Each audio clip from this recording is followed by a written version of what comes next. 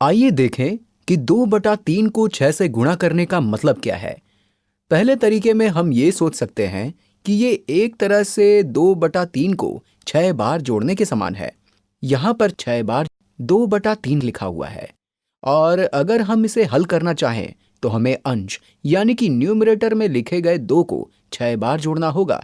इसलिए हम इसे 2 × 6/3 के रूप में लिख सकते हैं, जो कि अंश की संख्याओं के जोड़ यानी कि 2, 4, 6, 8, 10, 12 यानी कि 12/3 के समान है। और 12/3 किसके समान है?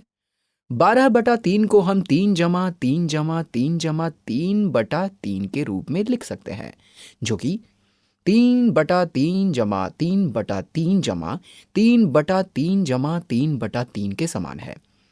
और इनमें से प्रत्येक भिन्न एक पूर्ण संख्या यानी कि होल को प्रदर्शित करता है।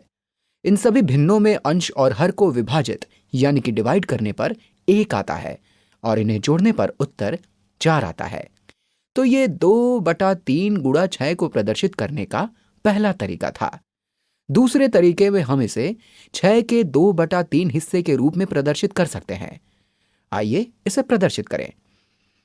हम यहाँ एक संख्या रेखा यानी कि नंबर लाइन बनाकर इस पर 6 तक संख्याएं प्रदर्शित कर लेते हैं।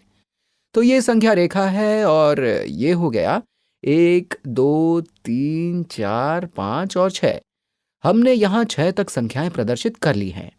हमें 6 का 2/3 हिस्सा पता करना है। इसलिए हम संख्या रेखा पर 0 से 6 तक के पूरे हिस्से को एक पूर्ण संख्या यानी कि होल मान लेते हैं। और अब हमें इसका 2/3 हिस्सा पता करना है। तो हम इसे कैसे पता करेंगे? हम इसे 3 बराबर हिस्सों में बांट देंगे। तो ये हो गया पहला हिस्सा, ये हो गया दूसरा हिस्सा और ये हो गया तीसरा हिस्सा। और हमें इन 3 हिस्सों में से 2 हिस्से चाहिए। ये 1/3 है और ये 2/3 है।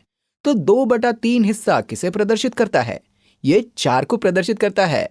आप देख सकते हैं कि एक बार फिर उत्तर वही है। अगर उत्तर अलग आता तो इसका मतलब था कि हमने इसे सही तरीके से हल नहीं किया है। चाहे हम 2/3 को 6 से गुणा करें या 6 का 2/3 पता करें, इसका उत्तर 4 ही आता है। लेकिन हमने इसे 2 अलग अलग तरीकों से हल किया है। पहले तरीके में हमने 2/3 को 6 बार लिखकर हल किया है और दूसरे तरीके में हमने 6 का एक हिस्सा यानी कि 2/3 पता किया है, जिसका उत्तर 4 है।